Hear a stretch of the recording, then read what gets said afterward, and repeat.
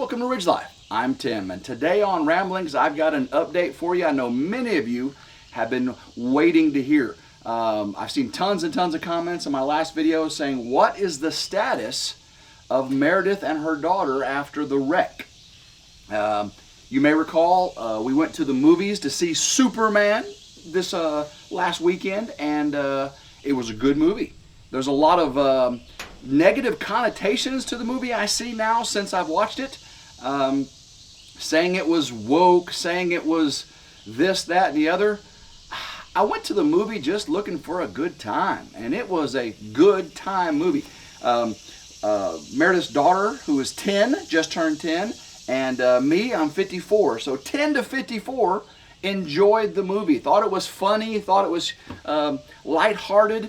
Definitely not a dark, twisted movie. Definitely not political in nature.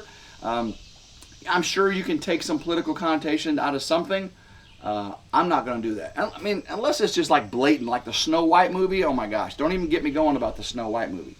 But no, Superman was a fun movie. But after the movie, Meredith and her daughter left, and me and Morgan and Gavin went to go eat. And when Meredith and her daughter left, they ended up getting in a traffic accident. A Jeep Wrangler smashed into the back of them at a stoplight, and really messed up the car. It's most likely 100% totaled.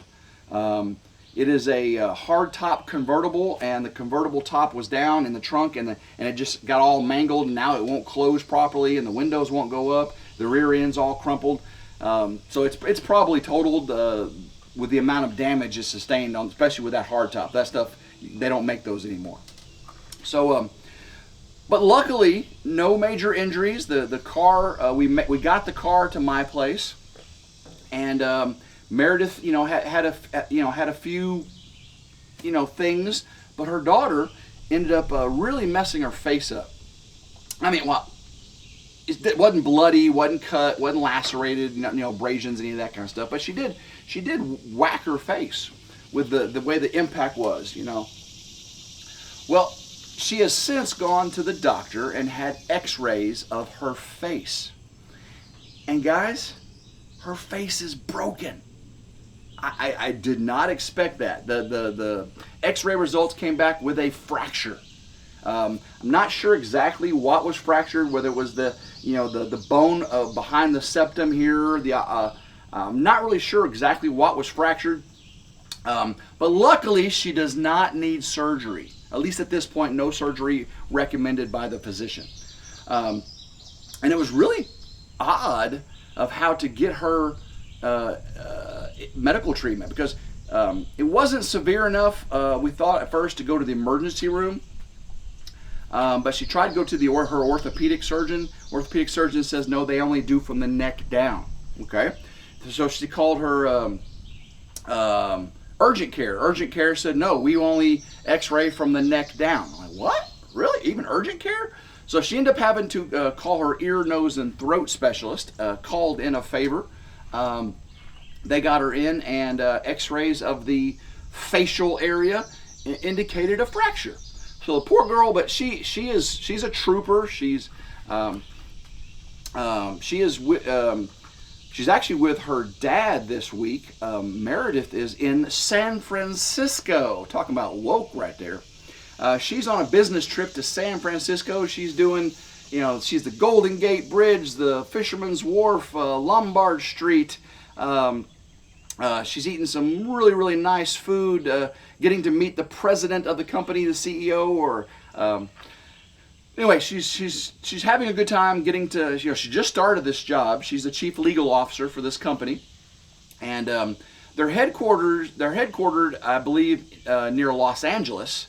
But the president and CEO, again, I think it's president and CEO. He lives in the San Francisco area, so they have a lot of conferences and meetups there.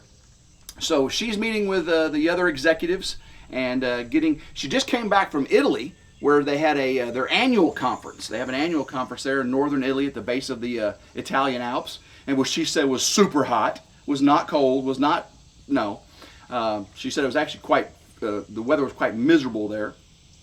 But she said the weather in San Francisco was cold. She said the fog rolled in. She couldn't see the bridge. She couldn't see Alcatraz and all that stuff. She's going to go back today, hopefully, before the fog rolls in the afternoon. But she's, getting to meet her coworkers and all that there at the company. And she'll be home to me soon. She should be home Thursday evening. Now, I've got a lot to do before then. I've been doing a lot. Yesterday, I changed the oil in the F-250, drained the water separator. I worked on the front entry gate to the Ridge. I had to reprogram it. I wanted it to auto close and auto open, or with certain features and stuff. So I got my Topin's auto gate opener and did a lot of configuration with it. And I had to go on UPS, FedEx, and Amazon and give them the key code to get in, because we are trying to take security very, very serious here on the Ridge, especially after Freedom Weekend. A lot of my property was televised, or on YouTube and all that. So we're trying to control access a little bit more than I used to. I used to just have the rabbit poo buckets with the posted signs. Now, now we're keeping it closed, the gate closed a lot more, and controlling access, because I got a lot going on up here on the Ridge, and I want to make sure that I maintain my security. But I'm very, very happy that Willa is doing better. She's recovering. The swelling and the pain in this area. It just takes time. It just takes time. So, but I'm so thankful that she was wearing her seatbelt, and Meredith's wearing her seatbelt, and there was no major where where they had to go to the hospital that night. So, and yeah, it's scary. It's scary out there. Morgan's still here. He's been helping me. Hopefully you saw my video of the game changer on the Ridge. I got the Vivor gas tank filled up and loaded. I got my diesel tank filled up and loaded on different. I didn't film that. Of course, I have David's Vivor diesel tank I'll be giving to him this week when I go to Come On Mountain for his birthday. I do have some major news, guys. Last night, with the new configuration of the solar, I had power all night long. I got up this morning and the main Blue Eddy unit had 2% power left in it, and it was charging from the solar that had just peeked over the trees. I mean, it was early morning, and with those giant solar panels, it doesn't take much, and you can already start to get charging. So, yeah, the other two units, the EcoFlow and the other Blue Eddy, they maintained power for the little refrigerator in the power shed, and also I've got a cable going over to lights and stuff around the solar carport and everything. So those stayed charged, and again, the main Blue Eddy kept me with power, air conditioner all night long, and it is a hot, muggy one, that's for sure. It's going to be a hot, muggy one when I take a day off later this week. I'm going to take one day off to take my daughter, my kids, and my grandkids to the zoo, the Memphis Zoo. They have, it's been a while since I've been to the zoo. I bought my daughter and her kids, I bought them a family pass, an annual pass where they can go for free all year long to the Memphis Zoo. And so me, Grandma Carol, Morgan, my son Morgan, I need to see if Gavin wants to go. My daughter, my grandson, and my granddaughter are all going to the zoo on Thursday. And then Meredith will be back Thursday night. So Thursday is going to be a fun day. And then Friday, I don't know if I'm going to David's Friday or Saturday. The party's on Saturday. I've got to get up there. I got to get him his diesel tank. I got to, of course, wish my brother a happy birthday. I'm also, today, I am going to attempt to collect honey from my honeybees. Now, I've waited way too long. Normally, I collect honey in the early or June or July.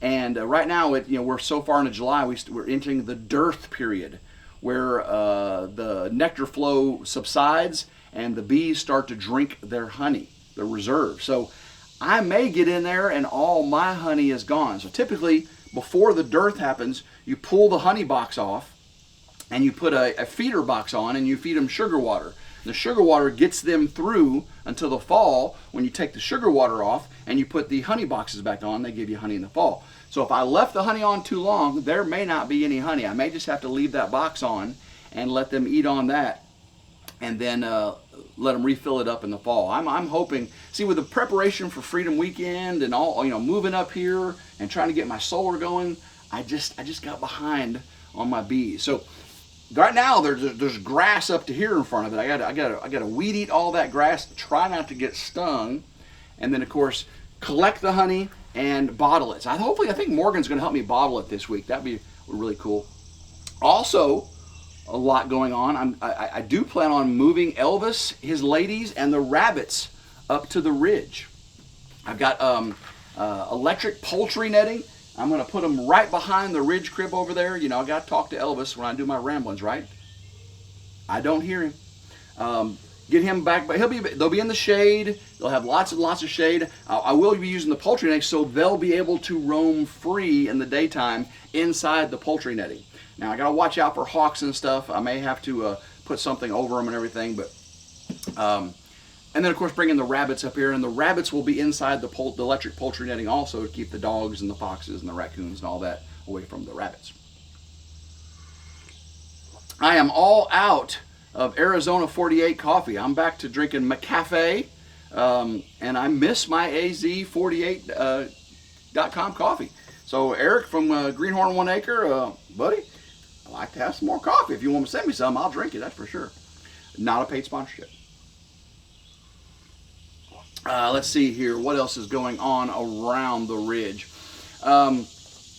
Let's see here. The porta potties. I got all the porta potties moved. Remember they were in the woods for Freedom Weekend? I moved them to the gravel. I still got them to the end of the month, and they should be coming out to service them today.